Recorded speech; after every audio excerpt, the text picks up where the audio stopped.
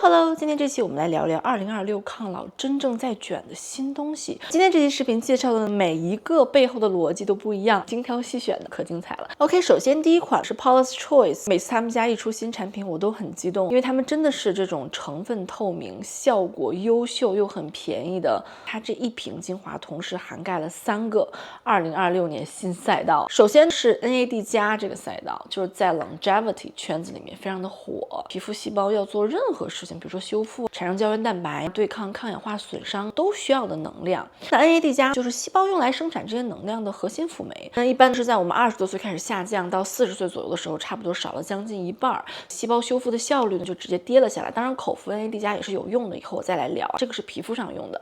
它这款用的是向日葵芽提取物来激活皮肤自己合成 NAD 加的酶，所以呢它会比直接往配方里面去加 NAD 加分子要聪明一些。OK， 那第二个是它的植物外泌体。外泌体这个概念最近也特别火，你可以把它理解为这个细胞之间的互相发的信息快递，它里面是装着蛋白质和信号分子，就告诉旁边的细胞核你该做啥，你要修复啥。那这款用的是枸杞来源的外泌体，所以它是主打帮助皮肤轮廓紧致、平滑细纹的。第三个就是 AI 设计态，是用 AI 辅助计算设计出来的，它是专门找到皮肤衰老过程中的蛋白靶点来作用，它配合牛磺酸来使用，所以这个技术路径和后面我们要讲的这个 Revive 的这个 RVGF 系统是同一个大方向。那他们都是2024诺贝尔化学奖蛋白质计算设计成果的，在护肤品里面的一个落地。因为这个产品一出我就用了，那我用了大概3周，最明显的感受就是皮肤透亮度的提升，就是那种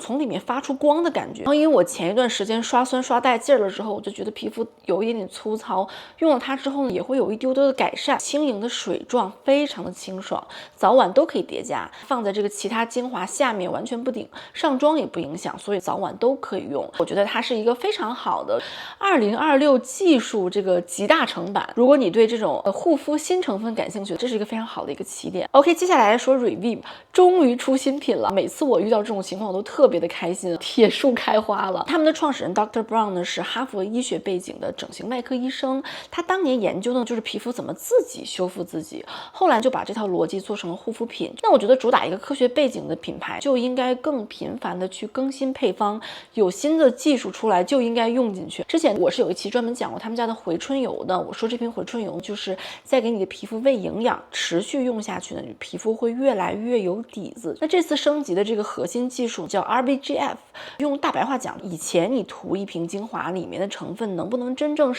进入到你的皮肤深层，能不能达到它需要到达的深度，其实是很难保证的。因为很多时候成分就是停留在我们皮肤的表面，毕竟我们皮肤最大作用就是阻挡嘛。那这个 RVGF 做的事情，帮你的成分导航，让它找到皮肤最需要修复的地方，精准的送进去。这个技术的灵感呢，就像前面说的，是来自2024年的诺贝尔化学奖。那年奖项就是颁给了用 AI 计算的、用 AI 设计的蛋白质结构的研究。那 Revive 把这个思路用在了它的配方里面，当然包装也用了升级，看着就很不一样，因为它用了医学级的保鲜包装。因为很多的活性成分最怕的就是氧化失活。那先来说这款回春油，这个老款的回春油我是用了很多年的，我一直在回购的产品。新版的升级的重点是加入了新活态，同时也提升了仿生态的浓度，帮皮肤发出你快去产生胶原蛋白的这么一个信号。这个信号加亮了。使用方法，回春油就不管老款还是新款的，它都是不能直接涂脸的。正确的做法就是你急泵在手心儿，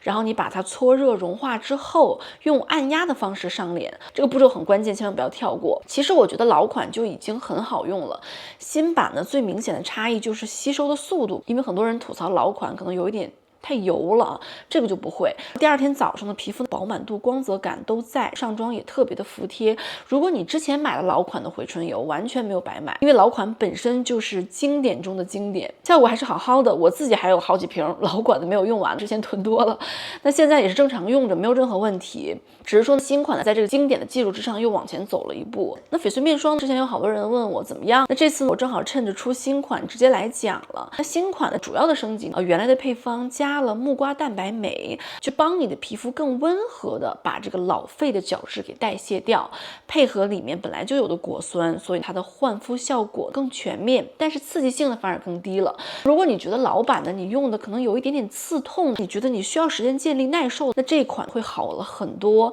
那同时它也添加了新活肽一起修护，所以呢用完你第2天早上你皮肤的质地就明显的光滑，剥了皮儿鸡蛋的一样那种光滑，毛孔呢也不会那么明显。如果你第一次开始用的话，我建议还是从少量开始建立耐受，你甚至可以把它和回春油混在一起，就是你一泵油加一泵霜混合之后上脸，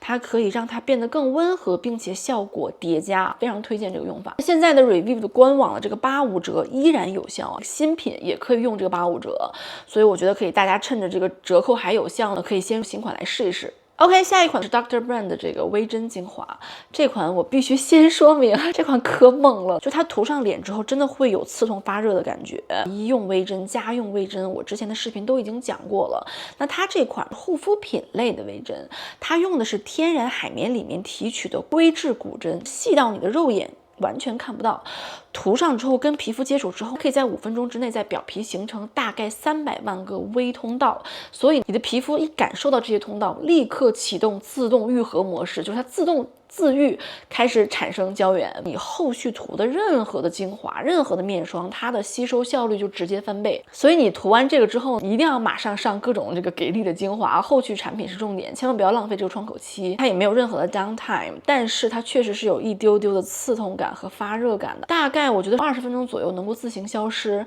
它配方里面还加了5%的 GABA， 帮助你放松表情纹。说实话，这个刺痛感比我预期的要强很多。我想说什么微针我没在脸上扎过呀，这算什么？结果真的还是有点刺痛的，而且它那个刺痛的感觉和你直接拿针扎还是不太一样，那种特别均匀的疼痛，整张脸有一种发热发刺的感觉。但是我用到大概第3次的时候就完全适应了，我的皮肤可能已经耐受了之后就会轻了很多，会很明显的变化。我的苹果肌和颧骨这里就是轮廓感会更清晰，一下子提上去的感觉，因为它确实跟那种微针的效果很像嘛。如果你不太敢用我之前用的那种往脸上扎的微针，因为确实它就是扎更有效。如果你不敢用那种真正扎脸的微针，那这种模仿微针的效果的精华你可以考虑。但是敏感肌的朋友们，我建议你们真的还是要局部少量测试一下，适合城墙皮，或者至少是上我这个年龄40左右了，你觉得所有的产品都有点进不太去了的，就真的你想要再上街一下尝试微针的，你可以开始使用新手不友好。 OK， 然后是 Natural Base 的微绝期系列，它这一个系列是有一个精华有一个面霜。因为更年期皮肤说实话我还是挺感兴趣的，感觉我确实也快进入到围绝经期了，以后我可以专门讲一讲。你就觉得自己就不对劲儿了，很多人在这个阶段会突然觉得皮肤也变得陌生了，你的这种干松这种弹性下降就突然一下发生，就很多人说所谓的断崖式衰老，那可能就是你快要接近到围绝经期，因为你的所有激素发生了变化，所以你以前用的那套东西就完全不够了，那就只能怪雌激素。我觉得我们女生真的是不容易，青春期来一波，生完孩子来2-3波，看你生几次了，又到了绝经期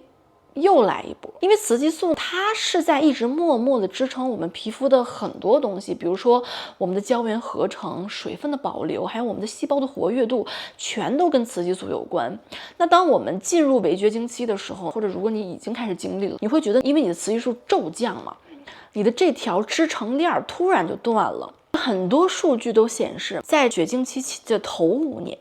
皮肤的胶原可以骤流失30%，这个速度要比正常老化快太多了。所以如果你接近了这个阶段，你担心进入这种断崖式衰老，你最需要的护肤支持和普通的抗老它不是一个量级的。就这个牌子我已经介绍过很多次了，我真的很爱。我个人是不喜欢各种就是特别有噱头那种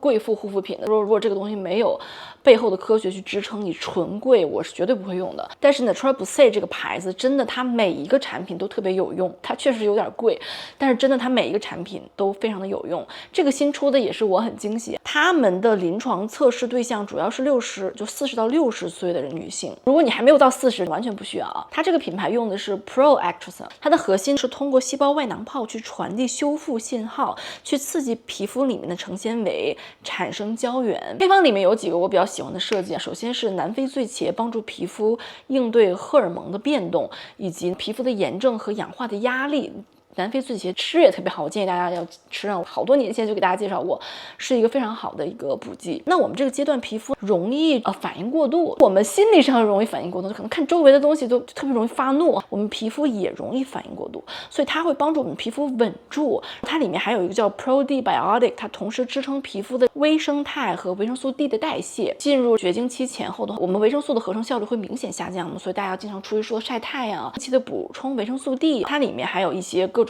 有用的肽去刺激胶原的合成。它是有2款，一个是精华，一个是面霜，我这2个都有，但是我觉得如果你产品特别多，你这2个只选一个，你只用精华就可以了，因为最重要的东西都在精华里面。但是如果你真的是50、60岁这个年纪了，你要加大剂量，你可以精华和面霜配合着来用。我觉得我自己感觉非常明显的感触，皮肤整体更稳定，它不太容易出现那种动不动就敏感、动不动就抗议的那种状态。如果你正在处在这个状态，或者是你担心，你觉得自己快要进入围绝经期了，你可以开始用，能够一定程度上预防一下。OK， 接下来这款是 A-Stay 的这个面霜。他们家的面霜其实都是还挺不错的，这款是他们家新出的，它解决的主要是面部脂肪流失的问题，是我们失去支撑感、失去饱满感的一个非常重要的原因。这个问题也是A 醇解决不了的，肽也解决不了的，就只能去打填充的东西了。但是现在出了很多这种可以支撑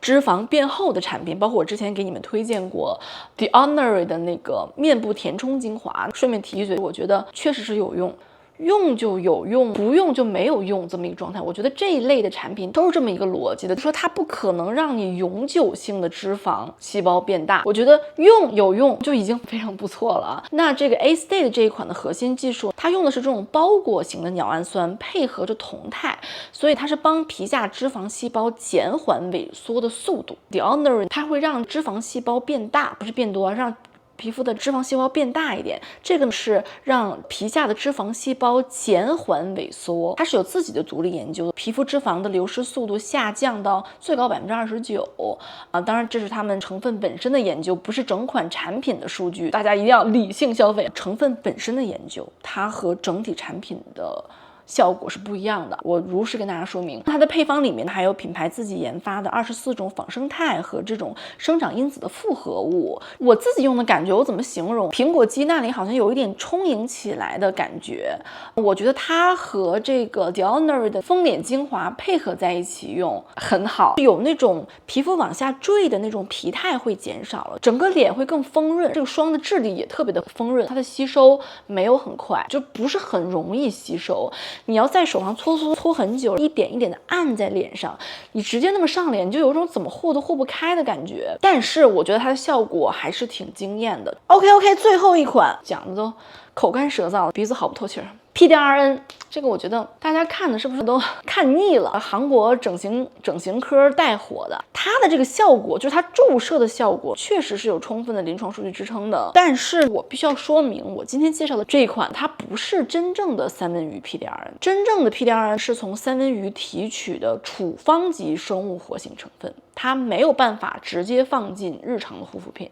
它都不是真的三文鱼 PDRN。 那这款用的是56%的乳酸菌发酵的溶解物，受 PDRN 的概念的启发，用发酵工艺做出来的植物仿生版本。它配方里面是有1%的3重 A 醇，里面是包含 HPR， 目前 A 醇里面公认的比较温和的那种，所以它效果是不输这种传统 A 醇的，但是它刺激性是低很多的，非常适合 A 醇新手。它里面加烟酰胺、透明质酸，配方我觉得完成度非常高，所以你可以把它理解为一种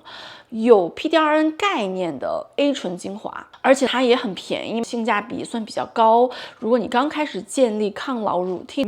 预算又很有限，你可以直接从这款来开始。OK 了，说了那么多，基本到这里了。然后其实还有一些很多新的配方都没有讲到，比如说这 PRP 概念，现在 PRP 概念也进入日常的护肤了，或者是以上提到的哪些护肤方向，如果你感兴趣，也可以告诉我。那所有的产品和链接呢，我都会放到下面的 description box 里面，包括折扣码也都会放到下面。那非常感谢你可以看到这里呢，我们下期见，拜拜。